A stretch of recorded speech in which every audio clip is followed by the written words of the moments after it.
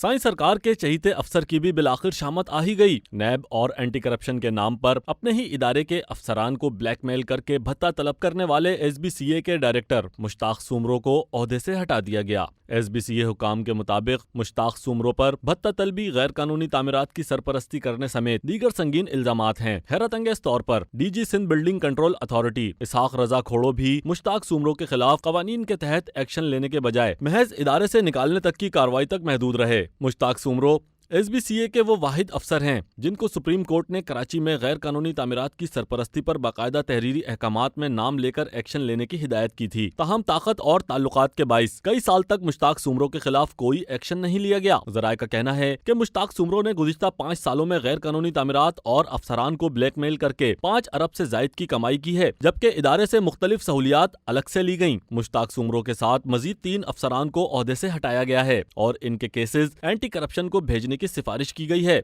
ज़राए का कहना है कि मुश्ताक सुमरो एंटी करप्शन के नाम पर एसबीसीए अफसरान से हफ्तावार 30 लाख रुपए तक वसूल करता था, जबकि नैब अफसरान के नाम पर 40 लाख रुपए तक वसूल करता था और जो अफसरान भत्ता देने से इनकार करते थे उनके खिलाफ एंटी करप्शन से मुख्तलिफ इल्जामात के तहत नोटिस भी भिजवाता था। एसबीसीए ज़राए का कहना है कि गुज़िश्ता साल एक डिप्टी डायरेक्टर समेत 3 अफसरान को गिरफ्तार भी कराया था। मुश्ताक सुमरो के अलावा जिन 3 अफसरान को हटाया गया उनके खिलाफ गैर कानूनी तामीरात में मुलव्विस होने के इल्जामात हैं। एसबीसीए ज़राए का कहना है कि मुश्ताक सुमरो साबिक चीफ सेक्रेटरी सिंध मुमताज शाह के भी बहुत करीब समझे जाते थे और मुश्ताक सुमरो महकमे बल्दियात से भी एसबीसीए अफसरान के खिलाफ एक्शन के लेटर्स जारी कराया करते थे। मुश्ताक सुमरो के खिलाफ एसबीसीए के 50 से जायद अफसरान ने बाकायदा तौर पर एंटी करप्शन और नैब के नाम पैसे तलब करने की शिकायत की थी, जिसके बाद तहकीकात के बाद एक्शन लिया गया। 19 ग्रेड के अफसर के खिलाफ एक्शन लेकर महकमा लोकल गवर्नमेंट रिपोर्ट करने की हिदायत और महकमा जाती कार्रवाई का हुक्म दिया गया। Prime news, Karachi.